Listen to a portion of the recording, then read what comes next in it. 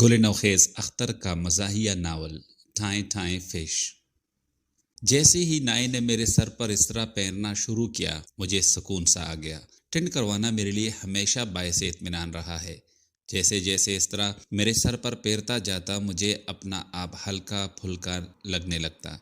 میں ٹنڈ اس لیے نہیں کرواتا کہ اس سے سر کو ہوا لگتی ہے، بلکہ میں نے نوٹ کیا ہے کہ ٹنڈ کروانے سے میرا سر منہ سے اچھا نکل آتا ہے۔ ابا کو میری ٹھنڈ سے بہت چھڑتی۔ ان کے بس میں ہو تو وہ دنیا بھر کے استروں پر زنگ لگوا دے۔ اگرچہ انہیں ٹھنڈ کا کوئی شوق نہیں، لیکن قدرت نے ان کے سارے بال اڑا دیے ہیں۔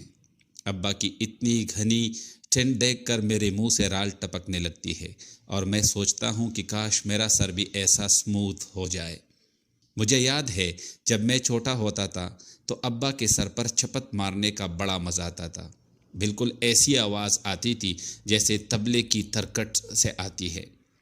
لیکن جوں جوں میں بڑا ہوتا گیا ابا کا سر مجھ سے دور ہوتا چلا گیا، اور پھر ایک وقت ایسا آیا کہ اخلاقی اعتبار سے ابا کے سر پر چپت مارنا میرے لیے جرم ضعیفی قرار پایا۔ انہی دنوں میں نے فیصلہ کیا کہ اب میں ابا کے سر پر انحصار کرنے کی بجائے اپنے سر پر خود کھڑا ہوں گا۔ یوں میں نے خود انحصاری کی پالیسی پر عمل کرتے ہوئے پہلی دفعہ ٹھنڈ کرائی۔ مجھے یاد ہے جب میں پہلی دفعہ ٹھنڈ شدہ ہو کر گھر پہنچا تو ابا نے دروازے سے مجھے چونی دے کر رخصت کرنے کی کوشش کی تھی۔ میں نے کچھ کہنے کے لیے منہ کھولا تو میری بات کاٹ کر بولے، دیکھو بھائی، نہ تو ہمارے گھر کوئی بچہ ہوا ہے اور نہ کوئی شادی ہے، پھر تمہیں ادھر کا پتہ کس نے دیا ہے؟ یہ لو چونی پکڑو اور معاف کرو۔ وہ دروازہ بند کرنے لگے۔ ابا یہ میں ہوں، میں چلایا۔ ان کے پیروں تلے زمین نکل گئی۔ ابے آہستہ بول، کیوں مجھے ابا ابا کہہ کر بدنام کر رہا ہے؟ میں کہاں سے تیرا باپ ہو گیا؟ وہ غرائے۔ ابا میری آنکھوں میں آنسو آ گئے۔ ابا تو ہی میرا باپ ہے، خدا کے لیے مجھے پہچان۔ ابے کیا بک رہا ہے؟ ابا کے ماتھے پر پسینہ آ گیا۔ میں ٹھیک کہہ رہا ہوں ابا، میں تیرا بیٹا ہوں۔ میں نے دہائی دی، لیکن میں تو کبھی موت کا کنواں دیکھنے نہیں گیا۔ ابا نے مری مری آواز میں دلیل دی، اور بے عزتی کے احساس سے میرا رنگ سرخ ہو گیا۔ میں نے کوئی اور حملہ ہونے سے پہلے جلدی سے کہا، ابا ماضی میں جانگنے کی بجائے میری آنکھوں میں جانک، میں تیرا بیٹا کمال ہوں۔ کمالا کمالا۔ ابا نے حیرت سے مجھے گورا، پھر یکدم غصے سے بولے، یہ ٹھنڈ تو نے خود کروائی ہے یا مسجد سے سلیپر چراتے ہوئے پکڑا گیا تھا؟ نہیں ابا، میں نے تیزی سے کہا، یہ ٹھنڈ بالجبر نہیں، ٹھنڈ بالرضا ہے، اور میں نے خود کروائی ہے۔ اوہ!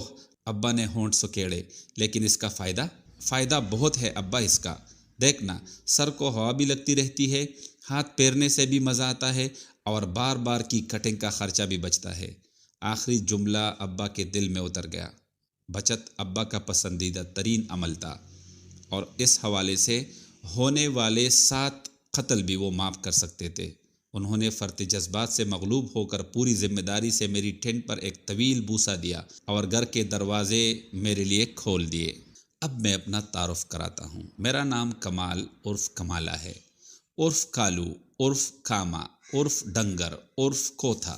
مؤخر الذکر کچھ عرفیت ابا کی عطا کردہ ہے، باقی میں نے اپنی محنت سے حاصل کی ہیں۔ میں ماں باپ کی اکلوتی اولاد ہوں، اور وہ بھی میرے اکلوتے ماں باپ ہیں۔ میں نے زندگی میں آج تک ان کو کسی مسئلے پر متفق ہوتے نہیں دیکھا۔ ان کے تعلقات کی نوعیت بالکل بش اور اسامہ جیسی ہے، تاہم ابھی تک کنفرم نہیں ہو سکا کہ دونوں میں سے اسامہ کون ہے۔ اماں ابا کبھی کبھار اتنی خونخوار لڑائی لڑتے ہیں کہ دیکھنے والے کو خواہ مخواہ مزہ آنے لگتا ہے۔ میں نے خود کئی دفعہ ان کی لڑائی کو ٹی وی والی ریسلنگ سے بہتر قرار پایا ہے۔ یہ دونوں کم از کم نورا کشتی تو نہیں لڑتے۔ ابا چونکہ اونچا سنتے ہیں، اس لیے اکثر اماں کی بڑاس ان کے کانوں تک نہیں پہنچ پاتی۔ بزرگوں سے روایت ہے کہ اماں ابا کی لڑائی کا آغاز شادی کے دوسرے روز ہی ہو گیا تھا۔ جب اماں نے منہ دکھائی میں دی ہوئی ابا کے سونے کی انگوٹھی کو چیک کرایا تو وہ 2 نمبر نکلی۔ اماں نے ابا سے شکوہ کیا تو وہ قرآن اٹھانے پر تیار ہو گئے کہ انگوٹھی 2 نمبر نہیں ہے۔ احتیاطاً انگوٹھی کو دوبارہ چیک کرایا گیا تو ابا کا کہا سچ نکلا، انگوٹھی واقعی 2 نمبر نہیں بلکہ 3 نمبر تھی۔ اماں نے غصے سے انگوٹھی اتار کر ابا کے ماتھے پر ایسی تاک کر ماری کہ وہاں سیاہ نشان بن گیا۔ بزرگوں کی بات پر اس لیے بھی یقین کرنا پڑتا ہے کہ یہ نشان ابا کے ماتھے پر تاحال موجود ہے، تاہم ابا اسے بزور دلائل محراب کہتے ہیں۔ اماں کا انتقام پورے خاندان میں مشہور تھا۔ اماں چونکہ رنگ کے معاملے میں سفید نہیں تھی، اس لیے ایک دفعہ شادی سے پہلے ان کی کسی سہیلی نے انہیں کالی کہہ دیا۔ اماں نے اس بات کا انتقام یوں لیا کہ جہاں بھی اس لڑکی کے رشتے کی بات چلتی، اماں جٹ سے لڑکے والوں کے کان میں ڈال دیتی کہ لڑکی پارٹ ٹائم چرس بیچتی ہے۔ اماں نے اس بات کا اتنا چرچا کیا کہ آخر وہی ہوا جس کا ڈر تھا، لڑکی واقعی چرس بیچنے لگی۔